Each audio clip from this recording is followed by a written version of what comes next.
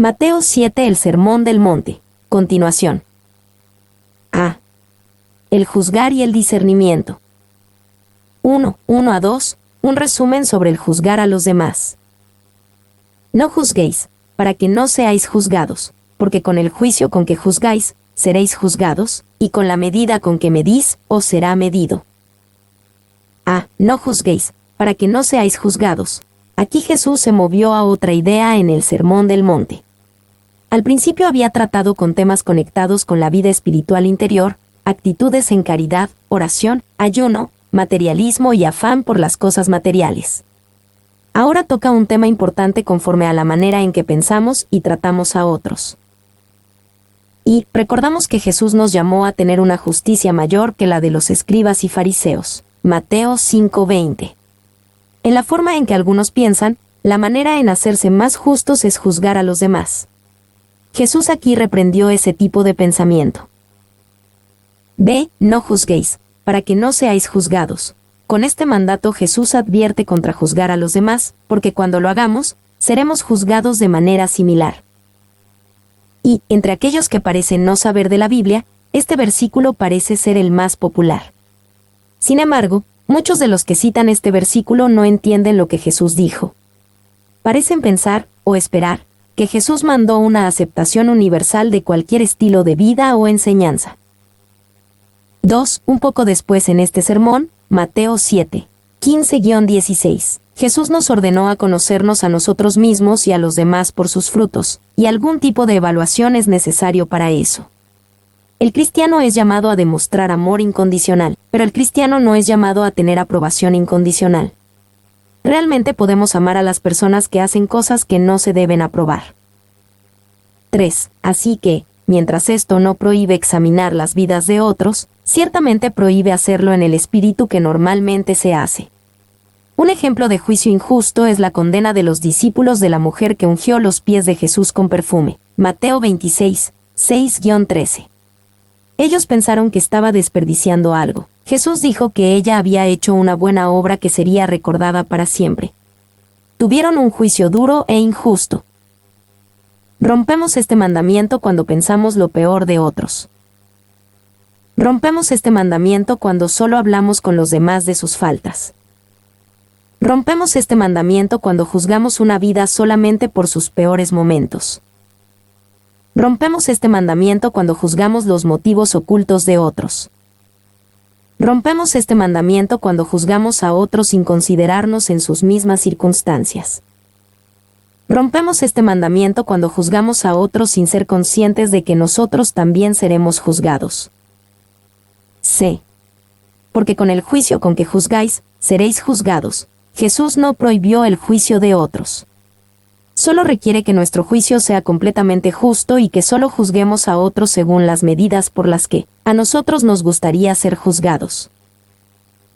Y, cuando nuestro juicio hacia otros es incorrecto, a menudo no se debe a que juzgamos de acuerdo a un estándar, sino porque somos hipócritas en la aplicación de ese estándar, ignoramos el estándar en nuestra propia vida.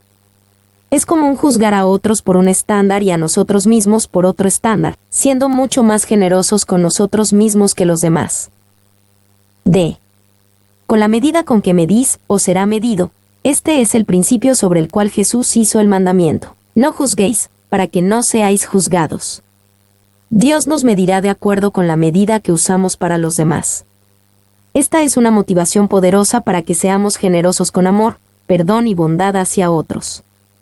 Si queremos más de esas cosas de Dios, debemos dar más de ellas a los demás. Y, según la enseñanza de algunos rabinos en los tiempos de Jesús, Dios tenía dos medidas que usaba para juzgar a las personas. Una era una medida de justicia y la otra era una medida de misericordia. Cualquier medida que quieras que Dios use contigo, debes usar esa misma medida con los demás. 2.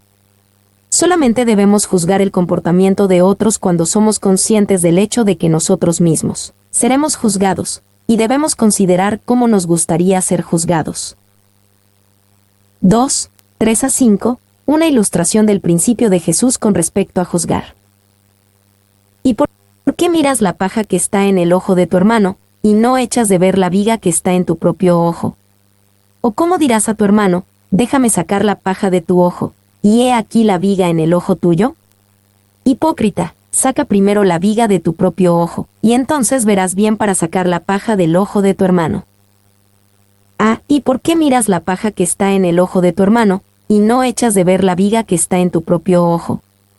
Las figuras de una paja y una viga son figuras reales, pero son usadas con humor. Jesús muestra cómo generalmente somos mucho más tolerantes con nuestro propio pecado que con el pecado de los demás. Y, aunque podría haber una paja literal en el ojo, obviamente no puede haber una viga literal en un ojo. Jesús usó estas imágenes exageradas y humorísticas para hacer que su mensaje sea más fácil de entender y más memorable. 2. Es una imagen humorística. Un hombre con un barrote en su ojo tratando de ayudar a su amigo a quitarle una paja del ojo. No puedes pensar en esta imagen sin reírte. 3. Un ejemplo de buscar una paja en el ojo de otro mientras ignorando la viga en tu propio es cuando los líderes religiosos llevaron a la mujer sorprendida en adulterio a Jesús. Ella ciertamente había pecado, pero el pecado de ellos era mucho peor y Jesús lo expuso como tal con la declaración: el que de vosotros esté sin pecado sea el primero en arrojar la piedra contra ella. Juan 8:7. Ve, he aquí la viga en el ojo tuyo. Jesús indica que el que tiene la viga en su propio ojo no se daría cuenta de inmediato. Él está ciego de su propia falta. Es el intento de corregir la falla de alguien más cuando nosotros mismos tenemos la misma, o mayor culpa, que merece la acusación. Hipócrita. Y Jesús es tierno, pero llama a ese hombre un hipócrita, quien se queja de las cosas pequeñas en otros y no presta atención a grandes asuntos en casa en su propia persona. Spurgeon. 2. Nuestra hipocresía en estos asuntos es casi siempre más evidente para otros que para nosotros mismos. Podemos encontrar la manera de ignorar la viga en nuestro propio ojo, pero otros la notan inmediatamente. Un buen ejemplo de este tipo de hipocresía fue la reacción de David hacia la historia de Natán acerca de un hombre que injustamente robó y mató la oveja de otro hombre. David rápidamente condenó al hombre, pero estaba ciego a su propio pecado, el cual era mucho más grande. 2 Samuel 12. Se saca primero la viga de tu propio ojo, y entonces verás bien para sacar la paja del ojo de tu hermano. Jesús no dijo que era malo ayudar a nuestro hermano con la paja en su ojo. Es bueno ayudar a tu hermano con la paja en su ojo, pero no antes de tratar con la viga en tu propio ojo. 3. 6. Equilibrando el amor con el discernimiento. No deis lo santo a los perros, ni echéis vuestras perlas delante de los cerdos, no sea que las pisoteen, y se vuelvan y os despedacen. A. No deis lo santo a los perros. Después de advertirnos contra las actitudes críticas y ciegas, Jesús nos recuerda que no se refería a que todos los de su reino suspenden todo discernimiento. Deben discernir que hay cosas buenas y preciosas que no se deben dar a quienes las recibirán con desprecio. Y podríamos decir que Jesús quiere decir, no sean críticos, pero tampoco se desechen de todo discernimiento. 2. Los perros y cerdos aquí regularmente se entiende como aquellos que son hostiles al reino de Dios y al mensaje que lo anuncia. Nuestro amor hacia los demás no debe cegarnos a su endurecido rechazo de las buenas nuevas del reino. 3. Sin embargo, también podemos ver esto en el contexto de las palabras previas contra los hipócritas. Puede ser que en la mente de Jesús, los perros y cerdos representan a creyentes críticos e hipócritas. A estos hipócritas pecadores no se les deben ofrecer las perlas que pertenecen a la comunidad de los santos. 4. La Didaché, o, para darle su nombre completo, la enseñanza de los 12 apóstoles, que data del año 100 después de Cristo y que es el primer libro de órdenes de servicio de la Iglesia cristiana, lo dice así: que nadie coma ni beba de tu Eucaristía excepto aquellos bautizados en el nombre del Señor, porque con respecto a esto, el Señor ha dicho, no des lo santo a los perros. Barclay. Jesús también habló en el contexto de corregir a otro hermano o hermana. La corrección piadosa es una perla, aunque pueda doler por un momento, que no debe ser echada delante de los cerdos, aquellos que se han determinado a no recibirla. B. Ni echéis vuestras perlas delante de los cerdos. Nuestras perlas del precioso Evangelio puede que solo confunda a aquellos que no creen, quienes están cegados a la verdad por el Dios de este siglo, 2 Corintios 4:4. Y solo pueden exponer el Evangelio a su ridículo. Y el Evangelio debe ser predicado a toda criatura. Marcos 16:15. Pero cuando los judíos, endureciéndose, estaban maldiciendo el camino delante de la multitud, Hechos 19:9, los apóstoles dejaron de predicarles. Paul. 2. Por supuesto, Jesús no dijo esto para desanimarnos de compartir el Evangelio. Anteriormente en este mismo sermón, Jesús nos dijo que debemos dejar que nuestra luz brille delante del mundo. Mateo 5, 13-16. Jesús dijo esto para llamarnos al discernimiento y animarnos a buscar corazones preparados que estén listos para recibir. Cuando encontremos tales corazones abiertos, podemos confiar en que Dios ya ha estado trabajando en ellos. D. Más instrucciones para la oración. 1, 7-8. Jesús nos invita a seguir pidiendo, buscando y llamando. Pedid, y se os dará, buscad, y hallaréis, llamad, y se os abrirá, porque todo aquel que pide, recibe, y el que busca, halla, y al que llama, se le abrirá. A. Pedid, buscad, llamad. Vemos una intensidad progresiva que pasa de pedid a buscad a llamad. Jesús nos llama a tener intensidad, pasión y persistencia en la oración. El hecho de que Jesús volvió al tema de la oración ya tratada con cierta profundidad en Mateo 6, 5-15 demuestra la importancia de la oración. Y, en esta descripción triple de la oración como pedid, buscad y llamad vemos diferentes aspectos de la oración y diferentes aspectos de su recompensa. La oración es como el pedir en que hacemos nuestras peticiones conocidas a Dios, y todo aquel que pide, recibe. El recibir es la recompensa de pedir. La oración es como el buscar en que buscamos a Dios, su palabra, y su voluntad, y el que busca, halla. El hallar es la recompensa de buscar. La oración es como el llamar hasta que se abra la puerta, y buscamos la entrada al gran palacio celestial de nuestro gran Rey. El entrar por la puerta abierta a su palacio es la recompensa por llamar, y es la mejor recompensa de todas. 2. Pedid con confianza y humildad. Buscad con cuidado y aplicación. Llamad con seriedad y perseverancia. Clarke. 3. La idea de llamar también implica sentimos resistencia. Después de todo, si la puerta ya estuviera abierta, no habría necesidad de tocar o llamar. Sin embargo, Jesús nos anima, aun cuando sientas que la puerta está cerrada y debes tocar, hazlo y continúa haciéndolo, y se te abrirá. 4. Sin embargo, la imagen de llamar a la puerta también implica que hay una puerta que sí puede ser abierta. Sus puertas están diseñadas a abrirse, fueron hechas con el propósito de entrada. Y así el bendito Evangelio de Dios está hecho a propósito para que entres a la vida y la paz. Sería inútil tocar a una pared, pero sabiamente puedes tocar a una puerta, ya que está destinada a abrirse. Spurgeon. Venimos a la puerta de Dios y todo lo que debemos hacer es llamar. Si la puerta estuviera con llave contra nosotros, necesitaríamos las herramientas de un ladrón para entrar, pero eso no es necesario. Todo lo que tenemos que hacer es llamar, y aun si no tengo las habilidades de un ladrón, puedo llamar, sé lo suficiente para hacer eso. B. Cualquier hombre sin educación puede llamar a la puerta si eso es todo lo que se requiere de él. Un hombre puede llamar a la puerta sin ser un filósofo. Un hombre tonto puede llamar a la puerta. Un ciego puede llamar a la puerta. Con una mano paralizada un hombre puede llamar a la puerta. La manera de abrir las puertas del cielo es asombrosamente simplificada para aquellos que son lo suficientemente humildes de seguir la dirección del Espíritu Santo, y pedir, buscar y llamar con fe. Dios no ha provisto una salvación que solo puede ser entendida por hombres cultos. Está destinada para los ignorantes, de corto entendimiento, y los moribundos, al igual que para otros, por lo tanto, debe ser tan simple como llamar a la puerta. Spurgeon. B. Pedid, y se os dará. Dios promete una respuesta para aquellos que lo buscan con diligencia. Muchas de nuestras oraciones sin pasión no son respondidas por una buena razón, porque es como si le pidiéramos a Dios que le tome importancia a algo que nos importa poco o nada. Y Dios valora la persistencia y pasión en la oración porque demuestran que compartimos su corazón. Demuestra que nos importan las cosas que le importan a Él. La oración persistente no supera la reticencia obstinada de Dios, le da gloria a Él, expresa dependencia de Él y alinea nuestro corazón más con el suyo. 2. Ningún alma puede orar en vano que ore como se indica arriba. La verdad y fidelidad del Señor Jesús están comprometidas para su éxito. Se os dará, hallaréis, se os abrirá. Estas palabras son tan fuertemente vinculantes del lado de Dios, como no matarás es del lado del hombre.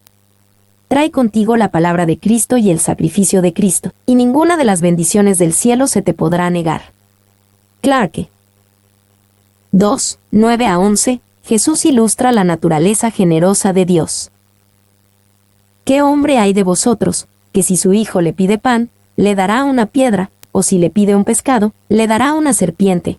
Pues si vosotros, siendo malos, sabéis dar buenas dádivas a vuestros hijos, cuanto más vuestro Padre que está en los cielos dará buenas cosas a los que le pidan. ¿Qué hombre hay de vosotros, que si su hijo le pide pan, le dará una piedra? Jesús dejó en claro que Dios no tiene que ser persuadido o apaciguado en la oración. No solo quiere darnos pan, sino incluso más de lo que pedimos. Y, gracias a Dios, las veces que pedimos algo tan malo como una serpiente sin saberlo, como un Padre amoroso, Dios a menudo nos ahorra misericordiosamente la justa pena de nuestra ignorancia. B. Pues si vosotros, siendo malos, sabéis dar buenas dádivas a vuestros hijos, cuanto más vuestro Padre que está en los cielos, es blasfemo negar la respuesta de Dios al corazón que le busca. Entonces implicamos que Dios es aún peor que un hombre malvado. Y, en comparación con el mejor padre humano, cuanto más es Dios un Padre bueno y amoroso. Cuanto más, dice nuestro Señor, y no dice cuanto más, sino que lo deja a nuestras meditaciones. Spurgeon. 2. ¿Qué imagen es dada aquí de la bondad de Dios? Lector, pregúntale a tu alma, ¿podría este Padre Celestial reprobar a la condenación eterna e incondicional cualquier criatura que Él ha creado? Aquel que cree que sí lo ha hecho, puede creer cualquier cosa, pero Dios es amor. Clarke. C. Conclusión del Sermón del Monte, un resumen parcial y un llamado repetido a la decisión. 1.12. Un resumen de la enseñanza ética de Jesús con respecto a nuestro trato a los demás. La regla de oro. Así que, todas las cosas que queráis que los hombres hagan con vosotros, así también haced vosotros con ellos, porque esto es la ley y los profetas. Todas las cosas que queráis que los hombres hagan con vosotros, así también haced vosotros con ellos. La manera negativa de declarar este mandamiento era conocido mucho antes que Jesús. Desde hace mucho se había dicho, no debes hacer a tu prójimo lo que no quieres que te haga a ti. Pero es un avance significativo que Jesús lo ponga en positivo, decir que debemos hacer con otros lo que queremos que ellos hagan con nosotros. Y la regla de oro no fue inventada por Jesús, se encuentra en muchas formas y en muy diversos lugares. Alrededor del año 20 después de Cristo, el rabino Hillel, retado por un gentil a resumir la ley en el corto tiempo que el gentil podía pararse en un pie, según los informes, respondió, lo que es odioso para ti, no se lo hagas a alguien más. Esta es toda la ley, el resto es comentarios. Ve y apréndetelo, B. Sabbat 31. Aparentemente, solo Jesús formuló la frase de manera positiva. Carson. 2. Al hacer esto, Jesús hace que el mandamiento sea mucho más amplio. Es la diferencia entre no violar las leyes de tránsito y hacer algo positivo como ayudar a un automovilista varado. Bajo la forma negativa de la regla, las ovejas de Mateo 25, 31, 46 son encontradas no culpables. Sin embargo, bajo la forma positiva de la regla de oro, la forma de Jesús ciertamente se les encuentra culpables. 3. Esto especialmente aplica al compañerismo cristiano. Si experimentamos amor y tenemos a personas alcanzándonos, debemos amar y alcanzar a los demás. 4. Nadie más que aquel cuyo corazón está lleno de amor para Dios y para toda la humanidad puede mantener este precepto. Ya sea en espíritu o letra, parece como si Dios lo ha escrito en los corazones de todos los hombres, ya que dichos de este tipo se pueden encontrar en todas las naciones, judías, cristianas y paganas. Clarke. B. Porque esto es la ley y los profetas. Jesús muestra que este principio simple, la regla de oro, resume todo lo que la ley y los profetas dice acerca de cómo debemos tratar a los demás. Si simplemente tratáramos a los demás como nos gustaría que nos trataran, obedeceríamos naturalmente todo lo que la ley dice acerca de nuestras relaciones con los demás. Y que todos los hombres actuaran en ello, y no habría esclavitud, ni guerra, ni maldecir, ni ataques, ni mentiras, ni robos, sino todo sería justicia y amor. ¿Qué reino es este que tiene tal ley? Spurgeon. 2. Esto hace que la ley sea más fácil de entender, pero no la hace más fácil de obedecer. Nadie ha hecho consistentemente a otros como les gustaría que les hicieran a ellos mismos. 2. 13 a 14. La decisión entre dos caminos y uno de dos destinos. Entrad por la puerta estrecha, porque ancha es la puerta, y espacioso el camino que lleva a la perdición, y muchos son los que entran por ella, porque estrecha es la puerta, y angosto el camino que lleva a la vida, y pocos son los que la hallan. Entrad por la puerta estrecha. Jesús no habló de esta puerta como nuestro destino, sino como la entrada a un camino. Hay un camino correcto y un camino equivocado, y Jesús apeló a sus oidores a tomar el camino más difícil, el camino que lleva a la vida. Y él entendió y enseñó que no todos los caminos y no todos los destinos son igual de buenos. Uno lleva a la perdición, y el otro a la vida. 2. La puerta estrecha significa literalmente lo que nosotros llamamos un portillo, es decir, una puerta pequeña en una entrada grande. Clarke. 3. Jesús no está alentando a los discípulos comprometidos, cristianos, a seguir adelante por el camino angosto y ser recompensados al final. Más bien está mandando a sus discípulos a entrar en el camino marcado por la persecución y recompensado al final. Carson. B. Porque estrecha es la puerta, y angosto el camino que lleva a la vida. La puerta verdadera es estrecha y angosta. Si tu camino tiene una puerta que es fácil y manejable, haces bien en vigilarla. Y, por lo tanto, no debes preguntarte si mis preceptos son difíciles para tus aprensiones carnales, ni escandalizarte aunque veas que pocos van por el camino correcto hacia el reino de los cielos. Paul. 3. 15 a 20. El peligro de los falsos profetas y la decisión entre dos árboles con sus frutos. Guardaos de los falsos profetas, que vienen a vosotros con vestidos de ovejas, pero por dentro son lobos rapaces. Por sus frutos los conoceréis. ¿Acaso se recogen uvas de los espinos, o higos de los abrojos? Así, todo buen árbol da buenos frutos, pero el árbol malo da frutos malos. No puede el buen árbol dar malos frutos, ni el árbol malo dar frutos buenos. Todo árbol que no da buen fruto, es cortado y echado en el fuego. Así que, por sus frutos los conoceréis. Guardaos de los falsos profetas. Jesús acaba de advertirnos de un camino que lleva a la perdición. Ahora nos recuerda que hay muchos que intentarán guiarnos por el camino amplio que lleva a la perdición. El primer paso para combatir a estos falsos profetas es simplemente guardarnos de ellos. Y las advertencias de los falsos profetas están basadas necesariamente en la convicción que no todos los profetas son verdaderos, que la verdad puede ser violada, y que los enemigos del Evangelio usualmente ocultan su hostilidad y se hacen pasar por hermanos en la fe. Carson. B. Que vienen a vosotros con vestidos de ovejas, pero por dentro son lobos rapaces. Está en la naturaleza de estos falsos profetas el engañar y negar su propio carácter. Muchas veces se engañan hasta a ellos mismos, creyendo de sí mismos que son ovejas cuando en realidad son lobos rapaces. Y la falla básica del falso profeta es el interés propio. Barclay puede expresarse por un deseo de ganancia o una vida fácil, un deseo de prestigio o el deseo de promover las ideas de uno mismo y no las ideas de Dios. C. Por sus frutos los conoceréis. Nos guardamos de los falsos profetas al mirar sus frutos. Esto significa poner atención a varios aspectos de sus vidas y ministerios. Y debemos de poner atención a la manera de vivir que demuestra un maestro. ¿Demuestran justicia, humildad y fidelidad en la manera en que viven? 2. Debemos de poner atención al contenido de sus enseñanzas. ¿Es fruto verdadero de la palabra de Dios, o es centrado en el hombre y se escucha bien a los oídos de aquellos que quieren ser gratificados? 3. Debemos de poner atención al efecto de sus enseñanzas. ¿Está la gente creciendo en Jesús o simplemente siendo entretenidos y eventualmente alejándose? D.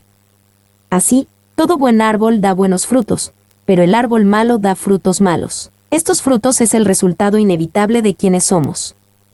Eventualmente, aunque pueda tomar un tiempo para que llegue la cosecha, los frutos buenos y malos son evidentes, revelando qué tipo de árbol somos. Y todo árbol que no da buen fruto, el no tener buenos frutos significa tener maldad. No puede haber esterilidad inocente en el árbol invisible del corazón.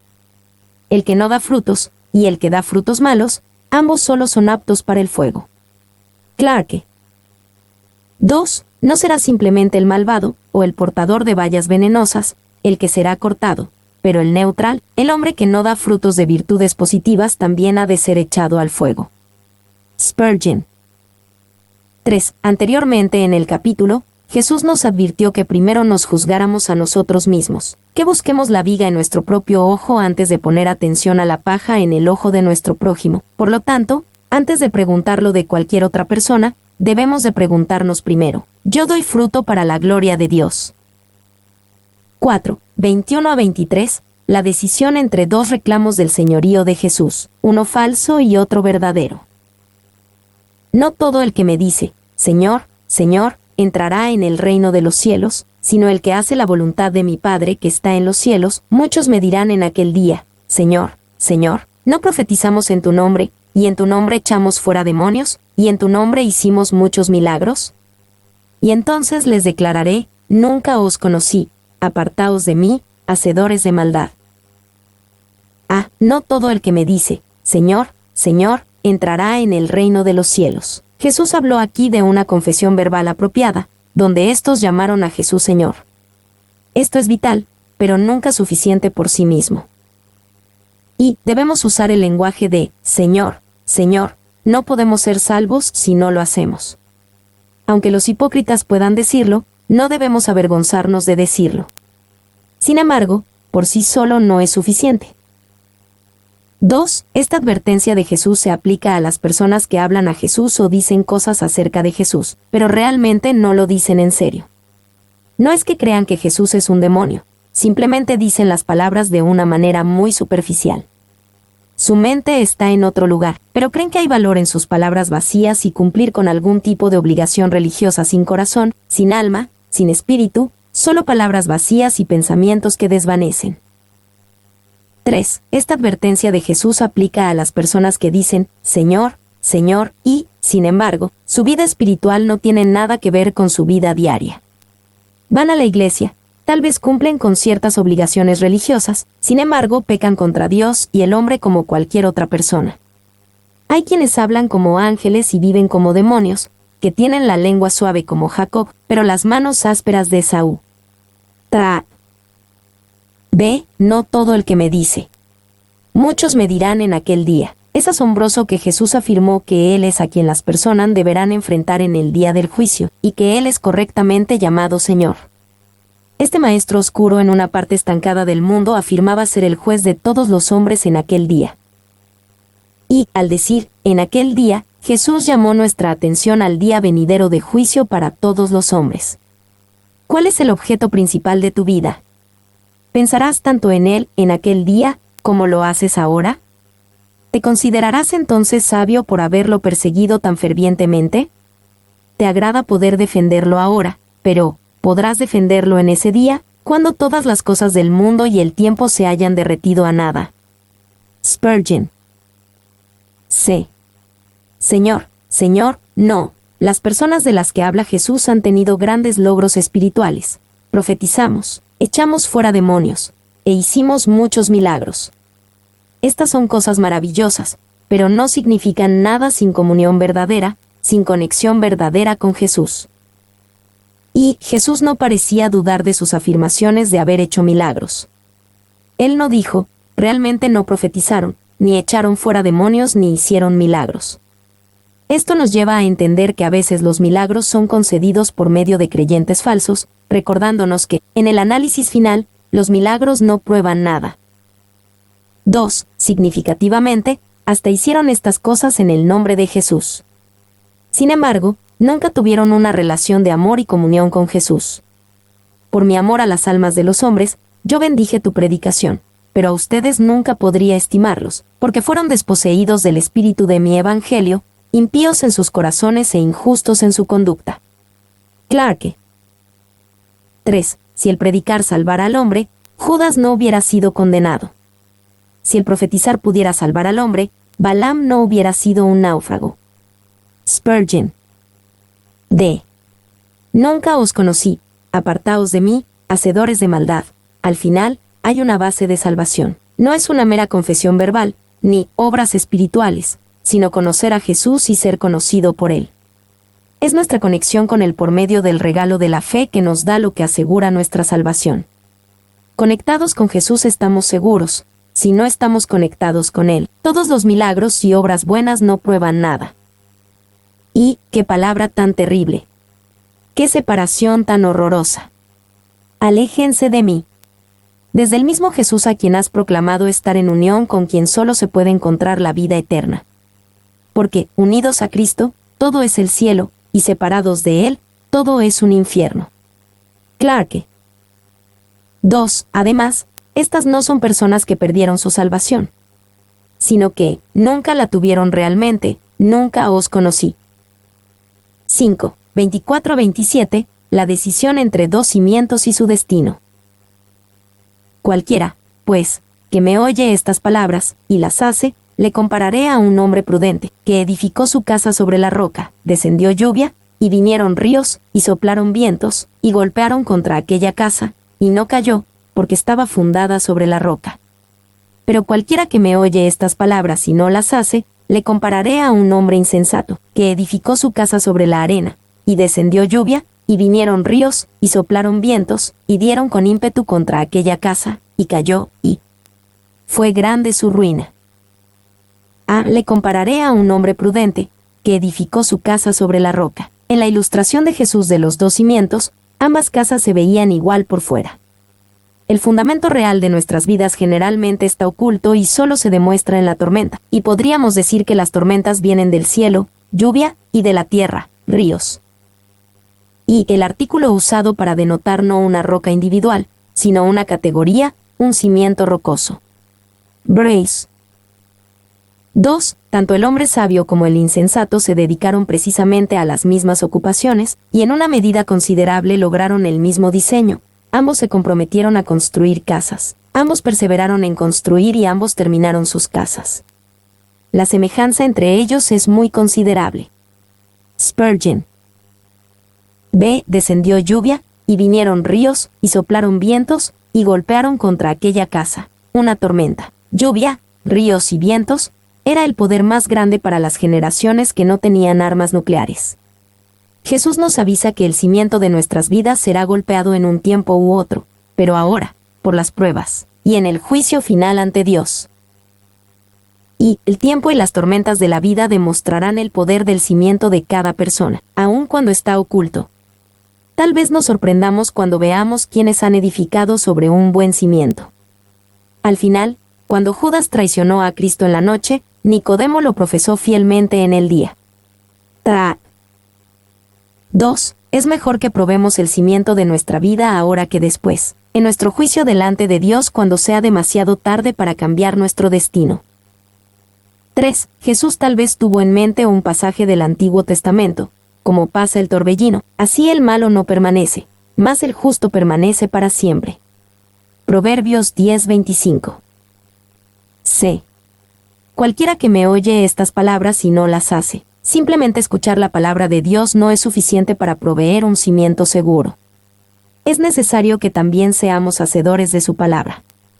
Si no lo somos, cometemos el pecado de no hacer nada, Números 32 horas y 23 minutos, y será grande nuestra ruina.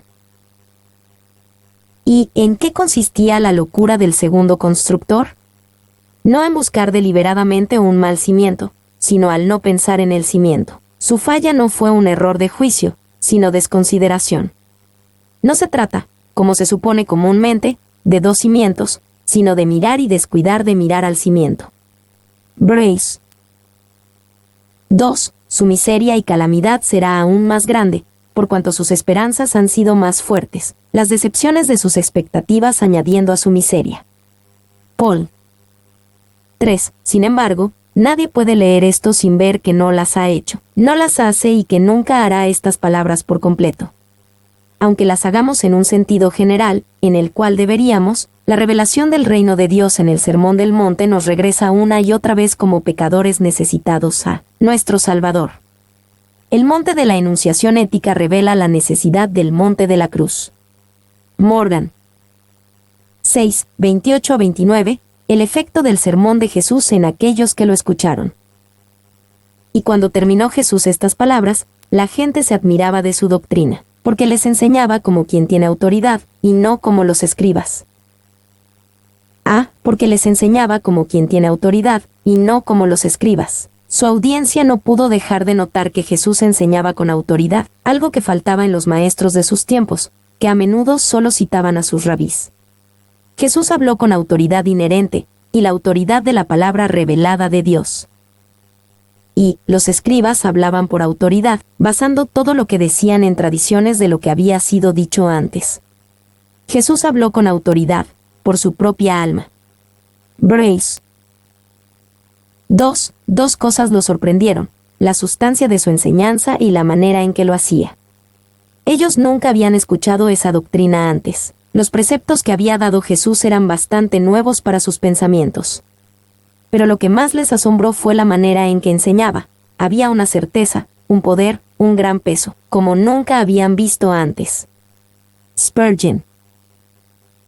La gente se admiraba de su doctrina. Cuando la palabra de Dios es presentada como realmente es, con su poder inherente, va a asombrar a la gente y se distinguirá de las meras opiniones del hombre. Y, cuando realmente entendemos a Jesús en este Sermón del Monte, deberíamos estar admirados también. Si no nos admiramos, entonces probablemente no hemos entendido lo que Jesús ha dicho. 2. El tener a los oyentes admirados fue algo bueno, pero no era bueno si ese era el alcance del efecto. Un buen predicador siempre quiere hacer mucho más que solo admirar a sus oyentes.